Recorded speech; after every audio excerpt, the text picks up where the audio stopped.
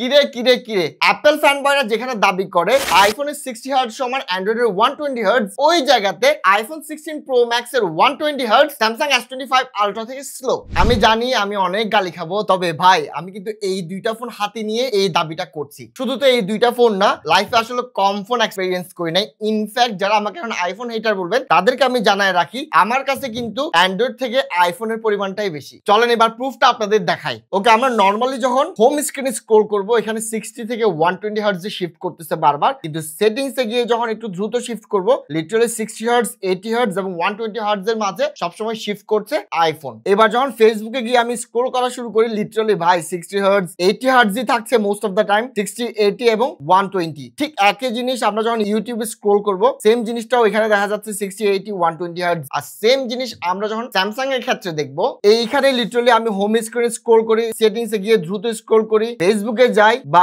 YouTube যেখানেই যাচ্ছি literally এটা সবসময় কনস্ট্যান্ট ভাবে 120 হার্টজই থাকতেছে। আর এই যে আইফোন বারবার 60, 80 এবং 120 হার্টজ এর মাঝে শিফট করছে, ওই কারণেই আইফোনটা আপনার কাছে একটু ল্যাগি ফিল হবে ইন টার্মস অফ আপনি যখন স্যামসাং এর সাথে তুলনা করতে যাবেন। সো নেক্সট টাইম গালাগালি করার আগে প্রুফটা দেখে নেবেন। তো যারা এখনো বিশ্বাস করতে পারতেছেন না, আমি সাজেস্ট করবো প্লিজ এই দুইটা ফোন হাতে নিয়ে একবার টেস্ট করে দেখুন।